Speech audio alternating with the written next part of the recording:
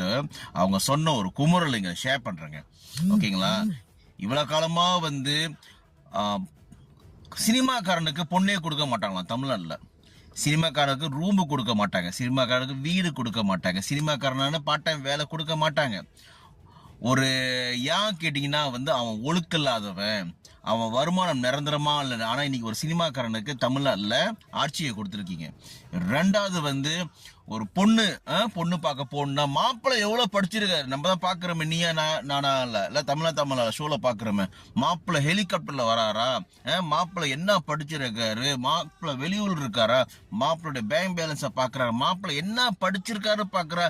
அறிவார்ந்த தமிழ்நாட்டுல விஜய் என்ன படிச்சிருக்காரு, அவர்தான் காலேஜுக்கே போகாதாலச்சே.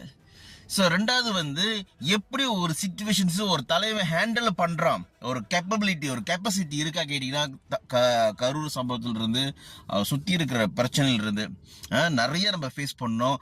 ப்ராப்ளம்ல இருந்து ஓடி போன விஜய்க்கு தான் இப்ப எல்லாரும் ஓட்டு போட்டிருக்கீங்க. சரிங்களா? இன்பமே சூழ்க எல்லோரும் வாழ்க. இப்ப தமிழ்நாட்டுல மட்டும் ஒரு சாட்டை வரப்போறாருல, அநேகமா உலக தமிழர்கள் ஒவ்வொரு நாட்டிலையும் ஒவ்வொரு சாட்டை சொல்ல போகுது. ஏன்னா வந்து மண்ணுக்கும் மக்களுக்காக வந்து உண்மையான ஒரு தமிழன் போராடி தமிழ்நாட்டுல என்ன பிரச்சனை வந்தாலும் ஒரு தலைவர் போயிட்டு அங்க போய் நிக்கணும். குரல் கொடுத்த அந்த தலைவனுக்கும் அங்குள்ள மக்களுக்கு ஒரு பெரிய ஒரு ஏமாற்றம்.